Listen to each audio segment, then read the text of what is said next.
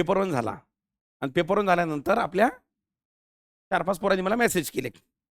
तर म्हणे पेपर 1 म्हणे असाच लिहिला. मला काय रे बाबा असं.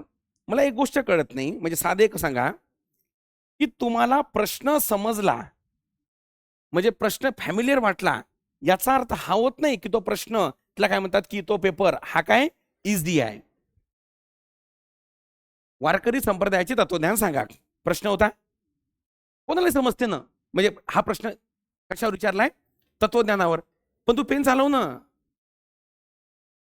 अरे भक्ती मोमेंटची पार्श्वभूमी जोपर्यंत माहीत राहत नाही तोपर्यंत वारकरी संप्रदायाबद्दल लिहिता येत नाही ना. त्यामुळे झालं काय, आणि मी तुम्हाला तेव्हाही म्हटलं होतं की म्हणे युपीएससी सारखा कठीण काढणार नाही. माझं म्हणणं होतं युपीएससीच कठीण नाहीये. का नाही युपीएससी कठीण? कारण युपीएससी मध्ये 2018 नंतर 10 मार्काला एक लायनर आणि 20 मार्काला कंबाईन प्रश्न यायला काय झाले सुरुवात. 2018 नंतर तुम्ही युपीएससीचे पेपर बघा, त्यामध्ये अंडरस्टँडिंग ऑफ क्वेश्चन हा मॅटरच नाही आहे. मॅटर हा आहे प्रेझेंटेशन ऑफ आन्सर, उत्तराचं प्रेझेंटेशन. ओके, मला सांगा जी पेपर 1 मध्ये 20 प्रश्न होते, 20 म्हणजे 22 प्रश्न होते.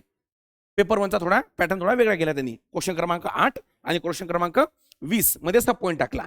मी लगेच टेलिग्रामवर पण टाकलं होतं की बाबा पॅटर्न मध्ये थोडा काय आहे म्हणजे बदल दिसतो, बरोबर नाही का. GS2 मध्ये अगेन सगळे जे पोरांचं म्हणणं होतं सर, जे 3 तास विचार केला ना, म्हणजे अज्युम केलं होतं प्लेटोच्या भाषेमध्ये आपण म्हणतो थिअरी ऑफ फॉर्म, बाबा पुढचा पेपर असा येणार आहे. कसा येणार आहे?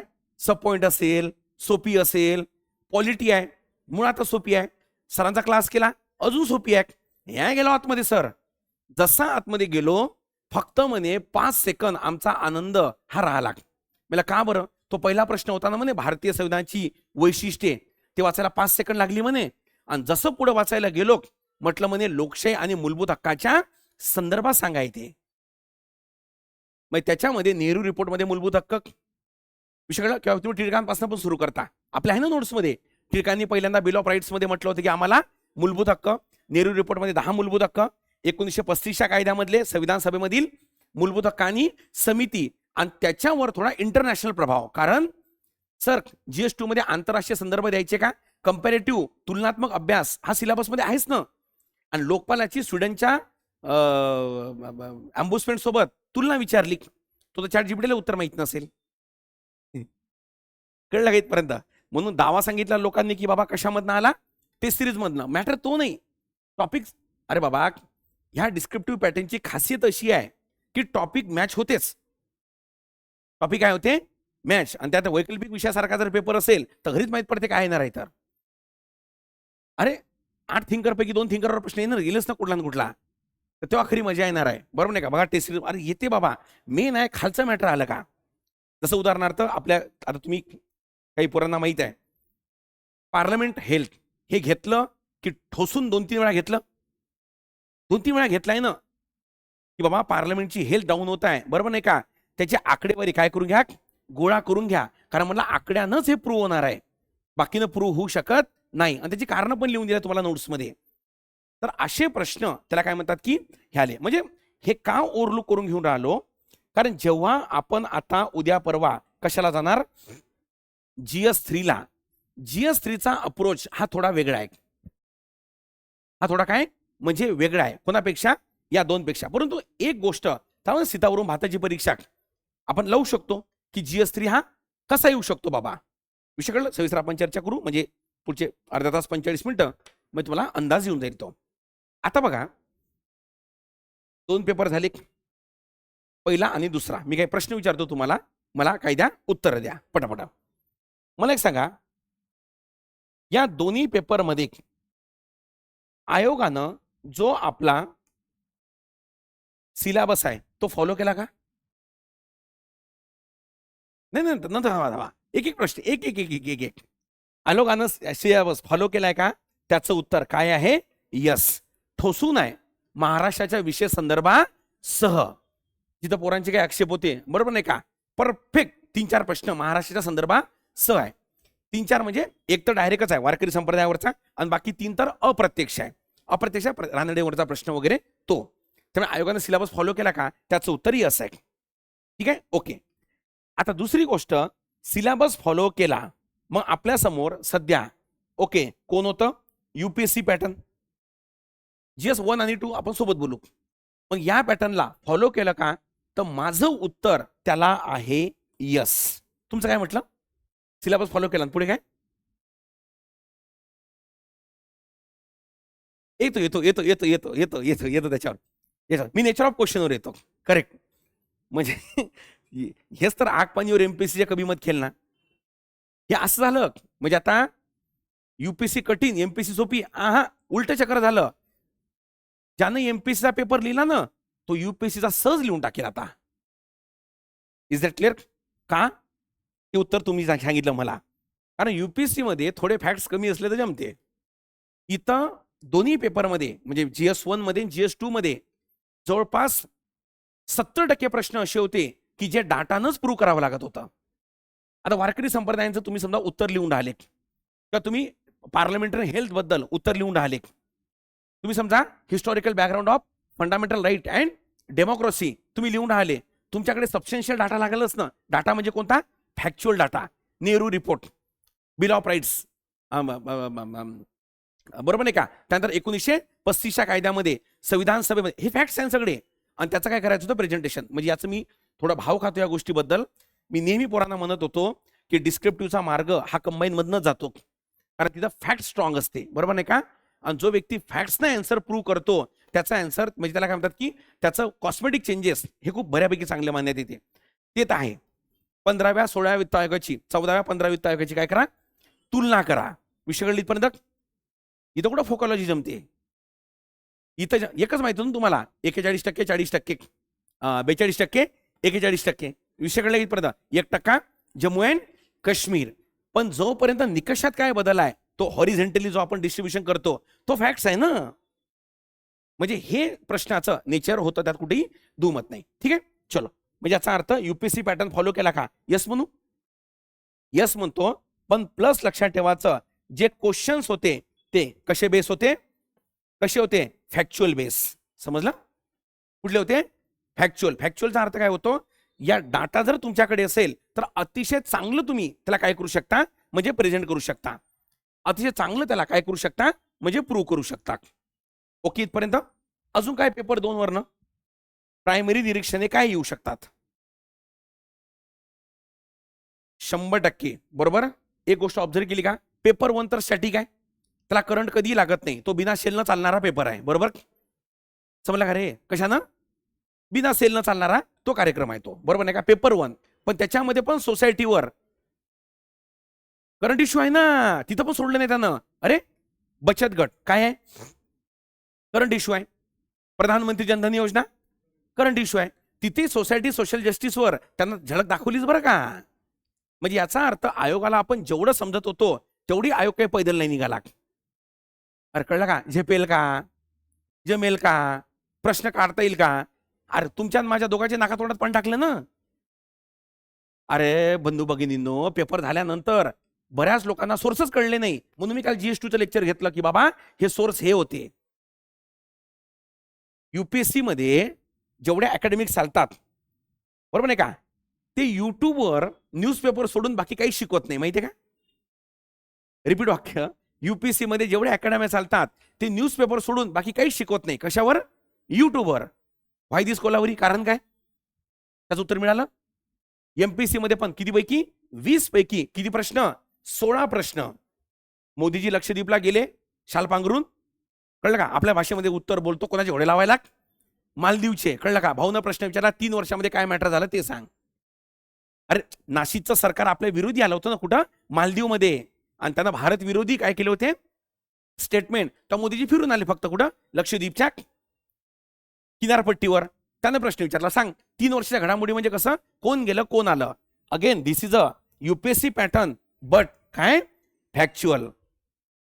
अरे युपीएससी पॅटर्न पण काय? Factual. India Japan UPSC pattern mobility agreement factual. अरे कळलं का? समजलं का रे बाबा? आणि ज्याला हे माहिती आहे ना, अरे हे असं समजा तो जर म्हटलं असं इंडिया जपान रिलेशन सांगा, आपल्या पॅटर्न फोकॉलॉजी पॅटर्न लावून आलो असतो आपण. अरे माहित नसलं तरी रे, पण त्यांना स्पेसिफिकच गेला. यस आणि काय फॅक्च्युअल. समजली इथपर्यंत? प्रधानमंत्री जनधन योजनेला 11 वर्ष पूर्ण झाली. सांगा मग ते यशस्वीता आणि अयशस्वीता. तुम्ही असं लिहिणार आहे का? लय भारी काम झालं, लय योग्य काम. अरे डाटाच द्यायला लागेल ना बाबा. पुरुषांपेक्षा महिलांचा अकाउंट जास्त आहे. Guinness book of world of रेकॉर्डमध्ये नोंदणी आहे. समावेशनाच्या दृष्टीनं अतिशय इम्पॉर्टंट आहे. 2014 मध्ये फक्त 34% अकाउंट होते. आता जवळपास लोकांचे अकाउंट काय झाले? ओके झाले. हे डाटा लागेल ना. पण अजूनही काही ड्रॉबॅक्स आहे. कोणते? अकाउंट चालवता येत नाही, वित्तीय साक्षरतेची गरज आहे, बरोबर नाही का? त्या तऱ्हेनं अकाउंट आहे पण पैसा नाही ना. ते झालं ना. हर घर झेंडा, हर घर तिरंगा. तिरंगा आणला तो मध्ये घर दे. तिरंगा आणला काय म्हणते तो? घर दे. आणि ते आलं ते क्रिटिक्स ते त्या पद्धतीनं. म्हणजे बेसिकली या तऱ्हेनं त्याला काय म्हणतात की हा पॅटर्न होता 2 पेपरवरचा. एकदम परफेक्ट. मग आता मला असं वाटते या पॅटर्नला जर आपण फॉलो केलं, कशासाठी? 3 साठी, 3 ला, तर कसं होते माहितीये का? म्हणजे उदाहरणार्थ प्रवासाला निघालो, पाण्याची बॉटल तर सोबत ठेवतो म्हणजे यस, पण सोबत जेवणाचं काही घेऊन गेलं तर फार चांगलं ना. म्हणजेच याचा अर्थ जेव्हा GS3 ला आपण चाललो, आपल्या GS3 चा म्हणजे इकॉनॉमी बद्दल बोलतो रे बाबा मी. याचा कोर पॉइंट काय माहितीये का? ज्याच्या भोवती हा सगळा सिलेबस फिरतो त्याचं नाव आहे कोणतं वेशन रे पोरो हो? समावेशन, इन्क्लुजन. काय? इन्क्लुजन. सिलेबस नंबर 1, 2, 3 हे कशावर काम करतात? समावेशनावर काम करतात. विषय कळला का? तर मला असं वाटते याच्या अवतीभोवती तो प्रश्न विचारेल आणि याला जोड देणार तो कोणाची रे पोरो हो? फॅक्टशी. कुठली जोड देणार? फॅक्टशी. कळले इथपर्यंत? म्हणजे तथ्यासोबत तुम्हाला जस्टिफाय करण्याची वेळ येईल असं. कारण तो काय म्हणते, म्हणजे हा काय झाला, म्हणजे माझं वैयक्तिक मत आहे याच्यावर, ह्या नवीन पॅटर्नचे प्रश्न म्हणजे ऑब्जेक्टिव्ह डिस्क्रिप्टिव्ह मिक्स पॅटर्न आहे हा.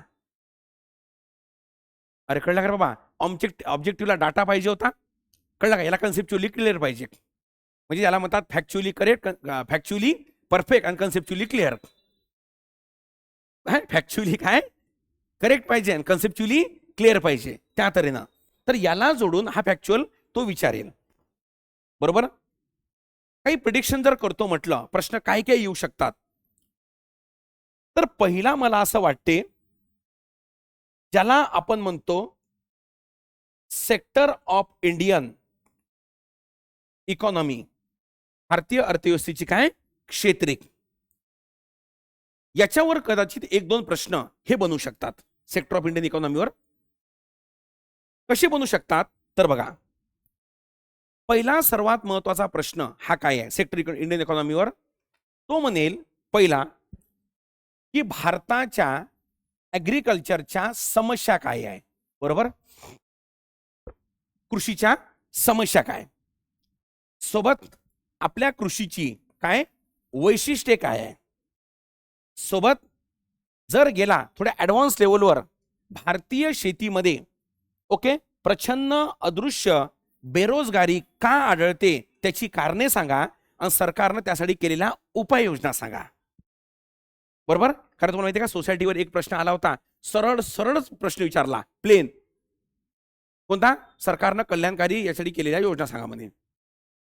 कळलं का? लिहित बस दिवसभर, दिवसभर काय कर, लिहित बस. अरे समजलं का रे बाबा? बरोबर. त्यामुळे तो विचारेल की अदृश्य बेरोजगारी दिसते, बरोबर नाही का, आणि त्यासाठी काय सांगा उपाययोजना. याच्या अवतीभोवती एक राहते. मला असं वाटते याचा डाटा तुमच्याकडे ऑलरेडी आहे ना. समस्या पण आहे, वैशिष्ट्य पण आहे आणि काय अदृश्य बेरोजगारी पण आहे, त्यावर उपाययोजना. ठीक आहे. एक दुसराच ऍग्रिकल्चरच्या अवतीभोवती एक प्रश्न हा मला असं वाटते फिरू शकतो. याचं कारण काय, मागच्या 2 बजेटमध्ये त्यावर खूप जास्त भर आहे आणि त्याचे आउटकम पण आले 2 बजेटवर. ऍक्च्युली एक टेक्नॉलॉजीचा आहे आणि एक याचा आहे. पहिला आहे मागच्या बजेटमध्ये, बजेट कोणतं 25-26चा, त्यामध्ये मायक्रो फूड प्रोसेसिंग युनिटची संकल्पना मांडली. अरे micro food processing unit is a remedy on अदृश्य बेरोजगारी, सॉरी छुपी बेरोजगारी.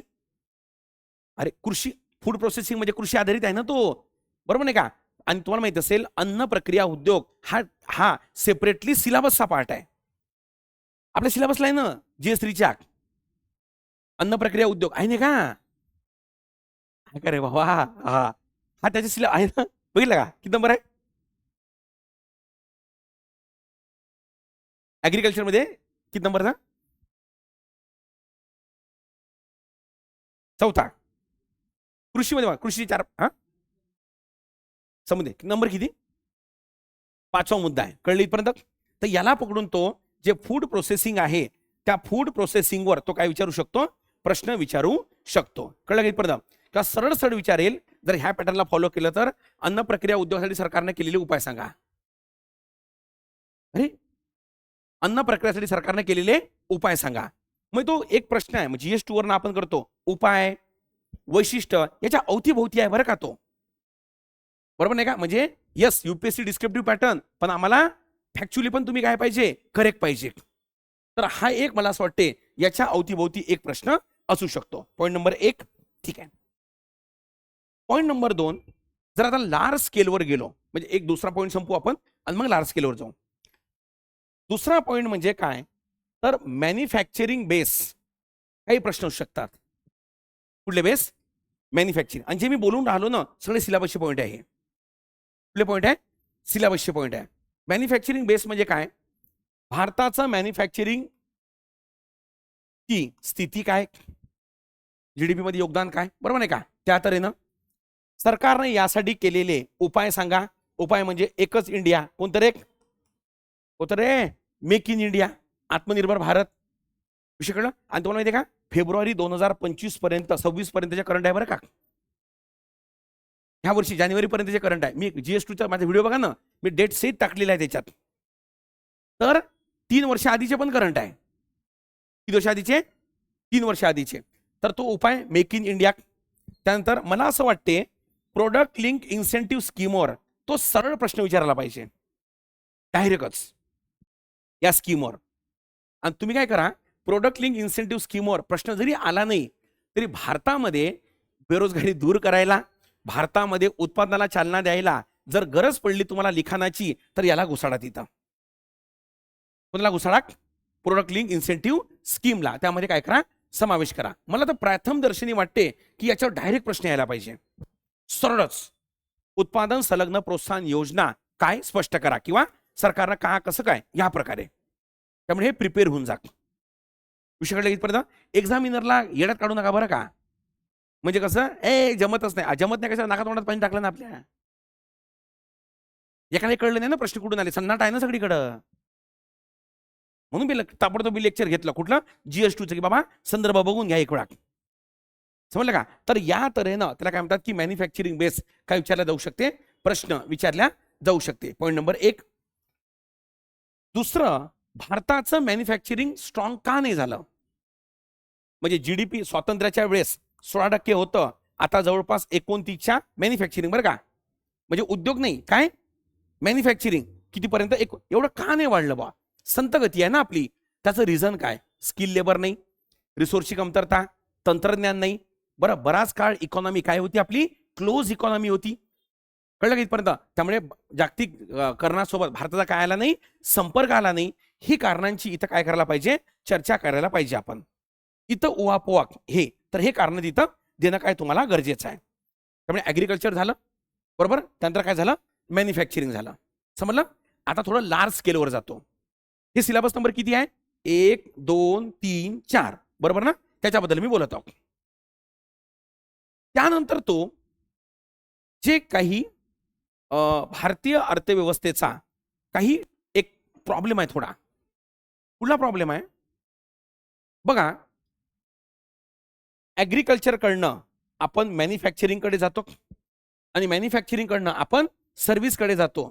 पण भारतीय अर्थव्यवस्था ॲग्रिकल्चरकडनं कुठे गेली? सर्व्हिसकडे. तर पहिला विचारू शकते व्हाय असं का झालं? असं का झालं? चीनची इकॉनॉमी काय? मॅन्युफॅक्चरिंग बेस आहे. अरे विकासाची गती काय आहे बाबा? विकास कसा होतो? पहिले कृषीकडनं उत्पादनाकडे, उत्पादनाकडनं सेवेकडे. आपल्या इथे उलट आहे ना. हे 54% GDP मध्ये आहे, हे 29% आणि हे 14% आहे. काय? ॲग्रिकल्चर 14 म्हणजे 17% GDP GVA नुसार. असं का झालं?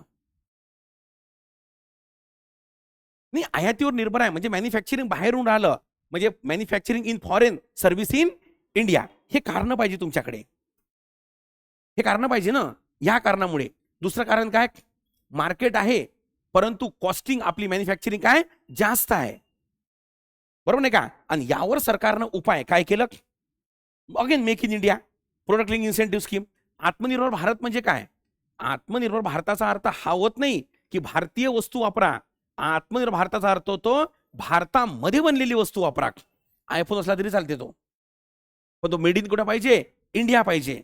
हे काय आहे, हे उपाय आहे अर्थव्यवस्थेला इकडून इकडं नेण्यासाठी. सर्व्हिस कडनं कुठं, मॅन्युफॅक्चरिंग. विषय कळला का.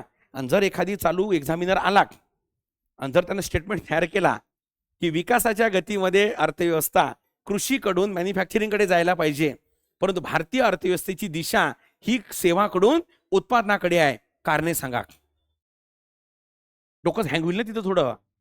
अरे एक तो असं विचारलं त्यानं, तू असं घे ना त्याला, तू असा खा ना. अरे कळला का रे बाबा, समजलं माझं म्हणणं काय. तर ते एकच वाक्य आहे आणि मला असं वाटतं याच्यावर प्रश्न बनायला पाहिजे बरं का. यावर क्वेश्चन 100% बनायला पाहिजे म्हणजे पाहिजे. ठीक आहे. मग अगेन अर्थव्यवस्था इथून कुठं आणून राहिलो आपण, मॅन्युफॅक्चरिंगकडे.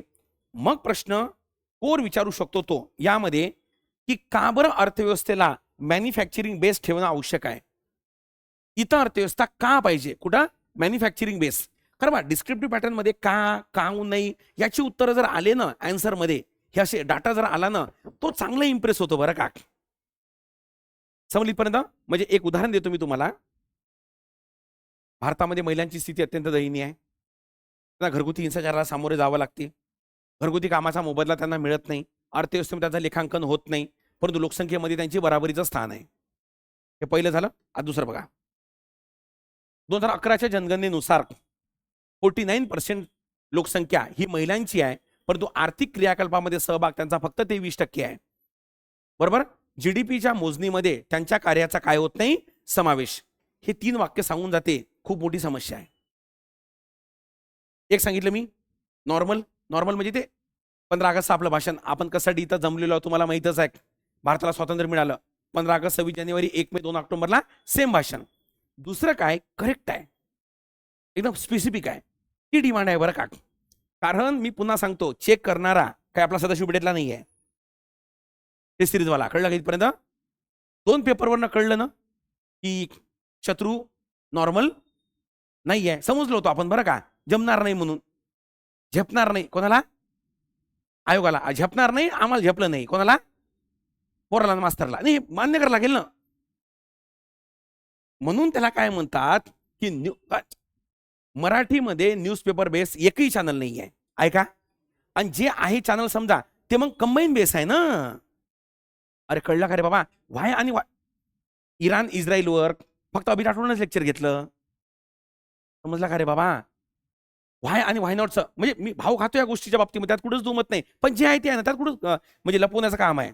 आणि जे मटेरियल आहे ते हिंदी आणि इंग्लिशमध्ये आहे. समजलीपर्यंत. तर या तऱ्हेनं तो अप्रोजित आणून ठेवला. 20 पैकी 16 प्रश्न मला दाखवा ना लक्ष्मीनाथ सरांच्या पुस्तकातून, मला दाखवा ना. कळलं का इथपर्यंत. 1000 रुपये बक्षीस देतो मी. 5 प्रश्न जर सोडले GS2 चे, किती, 5, बाकी नाही आहे त्यामधनं. और आणि मी उत्तर देत त्या व्हिडिओमध्ये काल मी पिन करून टाकतो रे ऑनलाईन वाले. मी त्यामध्ये एकाच न्यूजपेपरचा संदर्भ दिलाय फक्त. का बरं. असं वाटलं नाही पाहिजे जबरदस्तीनं आणून ते रेफरन्स जोडले. एकच newspaper Indian Express. Again repeat, मी एकाच न्यूजपेपरचा रेफरन्स दिला सगळ्या प्रश्नाला. का बरं. असं वाटायला नको पोरांना की बळजबरीनं चिपकवलाय म्हणून. ते एकच याच्यात. आणि त्यातल्या त्यात इंडियन एक्सप्रेस मधनं एकाच जागी कुठला ते ओपीडी येते ना, ते एक्सप्लेनर, त्याच्यामधनं आहे. विचार करा तुम्ही. न्यूज बेस नाही आहे, एडिटोरियल बेस प्रश्न आहे. रिपीट, न्यूज बेस प्रश्न आहे GS2 ला. काय आहे, एडिटोर कॉपरेटिव्ह फेडरलिझमचा प्रश्न. कळलं का. तर म्हणून असं वाटते की यावर थोडं तो काय करेल, म्हणजे येणार तो की इथून इथं का बरं आणणार आहे. ठीक आहे. आता दुसरं, आता पुढे अर्थव्यवस्थेला नेहमी हे ऍग्रिकल्चर बेस ठेवणं गरजेचं आहे की मॅन्युफॅक्चरिंग बेस. ऍग्रिकल्चर की मॅन्युफॅक्चरिंग बेस ठेवणं गरजेचं आहे. याचं का बरं. तर ऍग्रिकल्चर, मॅन्युफॅक्चरिंग आणि सर्व्हिस या तिन्हीमध्ये जर बघितलं तर सर्वात जास्त रोजगाराची क्षमता कोणामध्ये आहे? मॅन्युफॅक्चरिंग मध्ये, ना सेवा आणि ना कशामध्ये? ऍग्रिकल्चर. आता उद्या तुमच्यापैकी समजा एक आला असता, रोजगार मलाच. अरे कळलं का रे? आणि 1000 आले असते तर रोजगार मलाच. सेवा क्षेत्र रोजगार वाढला का? नाही ना, त्या प्रमाणात वाढत नाही. बरोबर, पहिली गोष्ट. दुसरं एक पॉइंट मी इथं जॉईन करतो. अरे समावेशी अर्थव्यवस्था कशाला म्हणतात? Inclusive economy. इन्क्लुझिव्ह इकॉनॉमी ती आहे जी अर्थव्यवस्थेमध्ये काय निर्माण करते? रोजगार. आणि रोजगार कुठून येते? मॅन्युफॅक्चरिंग मधनं. मग तो तुम्हाला असा कुठेतरी एक प्रश्न विचारेल की अर्थव्यवस्थेला समावेशी बनवण्यासाठी मॅन्युफॅक्चरिंग क्षेत्राची भूमिका सांगा. बरोबर, किंवा समावेशी अर्थव्यवस्थेचे वैशिष्ट्य सांगा. अरे कळलं का रे बाबा? किंवा ज्याच्यावर मला असं वाटते प्रश्न बनू शकतो तो म्हणजे काय, की काय तुम्हाला वाटते भारतीय अर्थव्यवस्थेची वृद्धी ही रोजगार विरहित आहे आणि व्हाय, का बरं आहे? समजलं का? भारतीय अर्थव्यवस्थेची वृद्धी काय आहे? रोजगार विरहित आहे. आणि तो विचारेल का बरं रोजगार विरहित आहे? रिझन काय त्याचं? विषय कळलं? रिझन तेच आहे ना जे बोर्डवर दिसून राहिलं. अर्थव्यवस्था काय? सेवा आधारित आहे, जी रोजगार निर्माण करत नाही. अरे कळलं का रे बाबा? अर्थव्यवस्था काय आहे? ऍग्रिकल्चर कडून कुठे गेली? सेवाकडे. ऍग्रिकल्चर रोजगार निर्माण करत नाही. का बरं? कारण ऑलरेडी तिथं रोजगाराचं प्रमाण काय जास्त आहे. कशामध्ये? कृषीमध्ये. म्हणून अर्थव्यवस्था आपली काय आहे? ग्रोथ होत आहे. पण ती कुठली बेस होत आहे? Service base. म्हणून आपली ती रोजगार विरहित वाढ आहे. परफेक्ट. आणि अगेन मग प्रश्न, उपाय. उपाय काय? अर्थव्यवस्थेला सेवाकडनं कुठं ओढणे? मॅन्युफॅक्चरिंगकडे ओढणे. म्हणजे अगेन घिसापिटा, मेक इन इंडिया, आत्मनिर्भर Bharat, skill India, Atal innovation mission, ते सगळे उपाययोजना. म्हणजे हे जे इंटिग्रेटेड अप्रोच जर तुम्ही समजा डोळ्यासमोर ठेवला तर मला असं वाटते की 100% तुम्ही GS3 चे प्रश्न चांगले दाखल करू शकाल. एक डाऊट आहे मला दोघा ठिकाणी विचारला, म्हणे सर बेसिकवर प्रश्न विचारणार का? बेसिकवर. मला बेसिकचा अर्थ म्हणजे काय? स्टेट बोर्ड मधले का? मला हो. मला स्टेट बोर्ड मधले जरी तू प्रश्न बघितले तरी ते प्रश्न हेच आहे. स्टेट बोर्डच्या मागचे. अरे कळला? स्वाध्याय हेच आहे ना. अरे हेच आहे बाबा स्टेट बोर्डचे प्रश्न, दुसरे नाही काही. फक्त याचा अर्थ हावत नाही की तू स्टेट बोर्ड सारखे आन्सर लिहिशील. समजलं का? प्रश्न कळलं ना माझं म्हणणं काय? प्रश्न सोपी म्हणजे याचा अर्थ हावत नाही ना बाबा की तू तसा 10वी सारखा लिहिशील. समजलं का? कृषी भारतीय अर्थव्यवस्था कण आहे हे वाक्य आपण पहिल्यांदा कितवीत ऐकलं होतं? कितवीत? 4थीत ऐकलं होतं. तर आपलं उत्तर काय होतं? आपल्याला जेवण देते, आपल्याला अन्न देते. अरे कळलं का? कपडे आपले कुठून येते? शेतीमधनं येते. हे आपलं तेव्हाचं उत्तर होतं. पण आता कणाचं उत्तर काय आहे? नंबर एक अकुशल लोकांना सामावून घेण्याची क्षमता कृषीमध्ये आहे, म्हणून कणा आहे. किती आर्थिक संकट आलं तरी भारतीय अर्थव्यवस्थेवर परिणाम पडत नाही, कारण भारतीय अर्थव्यवस्थेचा रोजगार सर्वाधिक कृषीमध्ये आहे. 9 मध्ये मंदी आली होती, कृषीमध्ये संधी होती. कोरोना आला होता, सगळे डाऊन होते, कृषी 4% वाढत होती. समजलीपर्यंत? अकुशल लोकांना सामावून घेते, आर्थिक परिणाम पडत नाही. आर्थिक परिणामाचा रोजगारावर परिणाम पडत नाही. नेक्स्ट, कृषी, मॅन्युफॅक्चरिंग आणि सेवा क्षेत्राला जो सप्लाय चेन आहे ते कुठून तयार होते? ऍग्रिकल्चर मधनं, जो आपला काय आहे? स्ट्रॉंग आहे. विषयाकडे इथपर्यंत. हे पॉइंट आताची आहे, मोठे झाल्यानंतरचे आपण. प्रश्न तोच आहे, कणा. कळलं का? हे बारके पोरं काय करतात माहिती आहे? बारके पोरं का मास्तर सगळेच म्हणा स्टेट बोर्ड मधनं आले. अरे हो गुरुजी, स्टेट बोर्ड मधनं येणार प्रश्न GS3 चे, पण आन्सर त्याचं अडल्ट प्रमाणे असणार ना. समजलं का? कृषी भारतीय अर्थव्यवस्था कण आहे. झालं. आपण 4थीत आहोत, मी झेडपीचा मास्तर आहोत. सांगा उत्तर काय असेल तुमचं? जेवण शेतीमधून मिळते. अरे कळला का रे बाबा? कपडे शेतीमधनं मिळते. एस्किनोरे, शेतकरी जगाचा पोशिंदा आहे. हे आपलं कितीतलं उत्तर? 4थीतलं. आता तू हेच लिहिशील का? वयस्क आन्सर काय लिहिशील? कळलं का रे बाबा? 18 वर्षाचा वर झाल्यावर. एक्झॅक्ट. प्रश्न त्यातला आला म्हणजे उत्तर काही 4थीतलं लिहायचं असं नाही रे बाबा. मला कळत नाही पेपर 1 आणि 2 वरनं लोकांचे गैरसमज का बरं झाले. वारकरी संप्रदायाचं तत्वज्ञान सांगा. सगळ्याला माहिती आहे अरे पण तत्वज्ञान माहित नाही ना, लिहिता येत नाही ना पोरांना. कळलं का मी काय बोललो? समजलं का रे बाबा? जोपर्यंत भक्ती मोमेंट माहित राहत नाही तोपर्यंत. विषयापर्यंत भारतीय संविधानामध्ये बदल करता येऊ शकतो मूलभूत संरचनेच्या अधीन राहून. बेसिक स्ट्रक्चर जोपर्यंत माहित राहत नाही, लिहिता येत नाही ना. बेसिक स्ट्रक्चरवर प्रश्न कंबाईन पूर्वला पण आला होता. याचा अर्थ हा होत नाही ना की पेपर सोपी होता. पेपर सोपी त्याच्यावरनं ठरतो की तुमच्याकडे कंटेंट किती अवेलेबल आहे, त्याचं मटेरियल किती अवेलेबल आहे, त्याला सोपी पेपर म्हणतात. पेपर सोपी याला म्हणत नाही की क्वेश्चन अंडरस्टँड झाला. युपीएससी मध्ये क्वेश्चन अंडरस्टँड होतात, फॉर युअर काइंडली इन्फॉर्मेशन. पण युपीएससी समस्या आहे, हॅव यू डाटा, तुझ्याकडे डाटा आहे का त्याचा, त्यावरून ठरवायचं कठीण की सोपी. मी काय म्हणलं कळलं? बरोबर. आता डेमोक्रेसीच्या बाबतीमध्ये हिस्टॉरिकल बॅकग्राऊंड काय लिहिणार? GS2 ला 2 शब्दाभोवती हिस्टॉरिकल बॅकग्राऊंड लिहायचं होतं, वैशिष्ट्य लिहायची होती. Fundamental right and democracy. कळलं का? हा विषय होता ना तो. नाही तर आपण काय त्याला समजून गेलो, historical background of Indian constitution 1773 regulating act. He demand नव्हती त्याची.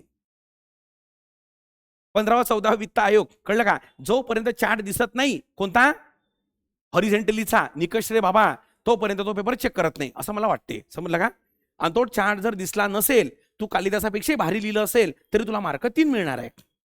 का बरं? वर 280 लिहिलं म्हणून. तू 280 लिहिलं ना वर, तू वित्त आयोगाची स्थापना राष्ट्रपती करते, तर 5 वर्षानंतर शक्यतो त्याच्यावर 2 मार्क मिळणार आहे तुला. ते डिमांडच नव्हती. ते फक्त काय स्टार्टर होतं एक्झामचं, म्हणजे तुमच्या भाषेमध्ये इंट्रोडक्शन होतं. मेन तो डायग्राम पाहिजे होता, हॉरिझॉन्टली डिव्हॉल्युशन कसं देणार आहे. बरोबर. आणि तोच बदल आहे ना 15व्या-14व्याचा. बरं, 15व्या-16व्याचा कोणता बदल आहे?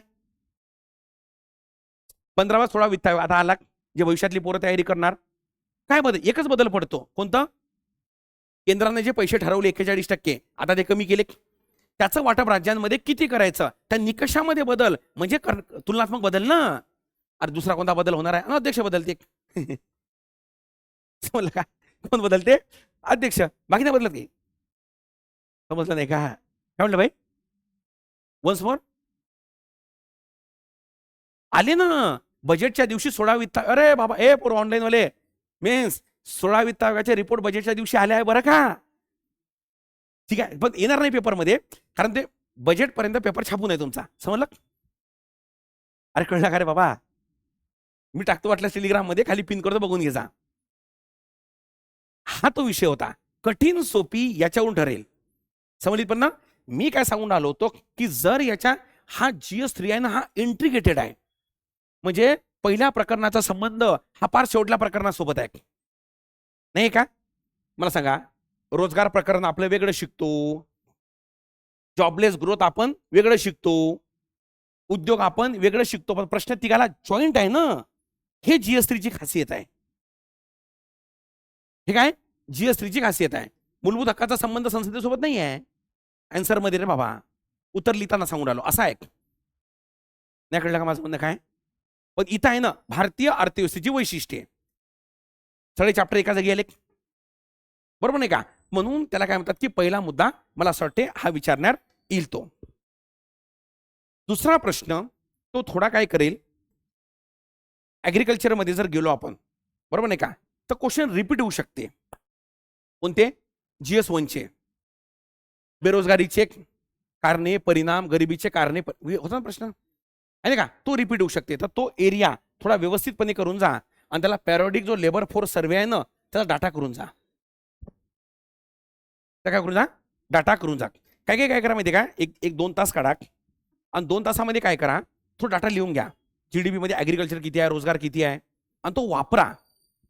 आहे का? ते कसं बाहेर जाताना पॉन्ड्स पावडर लावतो ना आपण, थोडं आकडे टाकले ना बरं वाटते. थोडे आकडे, अरे निर्यातीचा आपला स्टेटस काय, आयातीचा स्टेटस काय, कळलं? येतो मी त्याच्यावरून राहिलो मी इथपर्यंत. तर हे पहिल्यांदा हे झालं. शेवटल्या मुद्द्यावर येतो. बेसिकली तो नंतर मग आपण इन्फॉर्मल सांगतो तुम्हाला.